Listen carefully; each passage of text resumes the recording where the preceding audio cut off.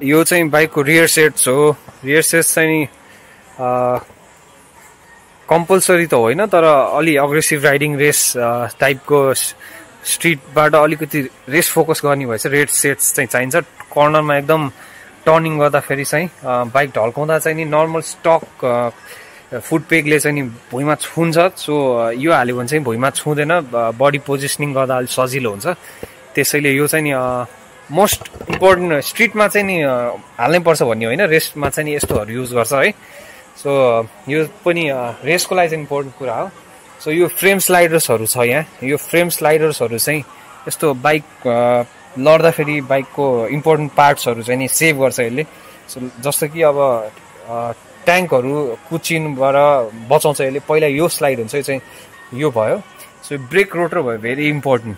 Brake चाहिँ नि most important कुरा हो बाइकको। सो यो रोटर पनि राम्रो हुनुपर्छ। अलिकति फास्ट राइडरहरूले चाहिँ रोटर चेन्ज गर्नुपर्छ। सो रोटर, त्यसपछि सेकेन्ड आउँछ ब्रेक लिभर। ब्रेक लिभर जुन ब्रेकको हातमा फिल हुन्छ, त्यो फिल चाहिँ नि लिभरले दिन्छ। सो लिभर भयो, brake lever most important.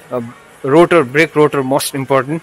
So आउँछ ब्रेक क्यालिपर, त्यो चाहिँ क्यालिपर हो। यो चाहिँ नि ब्रेम्बोको क्यालिपर सिस्टम हो है। सो ब्रेम्बो चाहिँ नि एकदम राम्रो ब्रेकिङ सिस्टममा गरिन्छ। मोटो जिपीमा पनि म्याक्सिमम सबै ब्रेम्बो नै युज हुन्छ। सो यो मास्टर सिलिन्डर भयो। मास्टर सिलिन्डरमा चाहिँ नि ओइल रिजर्भर हो यो चाहिँ। सो ब्रेकको जुन पनि प्रेसर फ्लुइड हुन्छ यो चाहिँ नि मास्टर सिलिन्डरमा हुन्छ। So master cylinder, brake lever र ब्रेक क्यालिपर अनि ब्रेक रोटर चाहिँ नि एकदम इम्पोर्टेन्ट कुरा हो। त्यसपछि हाम्रो टायरको कुरा आउँछ। सो ब्रेक टायर अनि यो फुट पेगहरू भने चाहिँ नि सेकेन्डरी कुरा हो, यिनीहरूमा चाहिँ धेरै फोकस नगरिनु हुन्छ रोडमा। ब्रेक र टायर चाहिँ नि एकदमै मोस्ट इम्पोर्टेन्ट। सो एकदम फोकस गर्नुपर्छ। धेरैलाई थाहा छ होला, तर थाहा छैन पनि होला, थाहा नभएकोहरूलाई चाहिँ हेर्नु होला। सो म चाहिँ आज यो न्याप्स भन्ने ठाउँ हो, यो चाहिँ बाइकर्सलाई, हामीलाई चाहिँ नि बाइकर्स प्याराडाइसै जस्तो लाग्छ है। जे पनि पाउँछ बाइकको। सो म्याक्सिमम एभ्रिथिङ पाउँछ यहाँ। सो एकदम इन्जोय गरिरहेको छु म चाहिँ यहाँ। नर्मली जो पनि बाइकर्स चाहिँ यहाँ आयो भने इन्जोय नै गर्छ। एक दिन चाहिँ मजाले नै बित्छ यत्तिकै नर्मली। सामान हेरेर मात्र पनि बित्छ, किन्न पनि पर्छ भन्ने पनि छैन है। सो अहिले चाहिँ एकदम टाइम कम छ हामीलाई।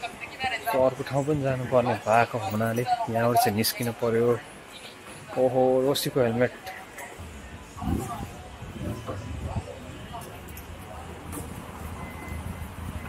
अब चाहिँ जानुपर्छ।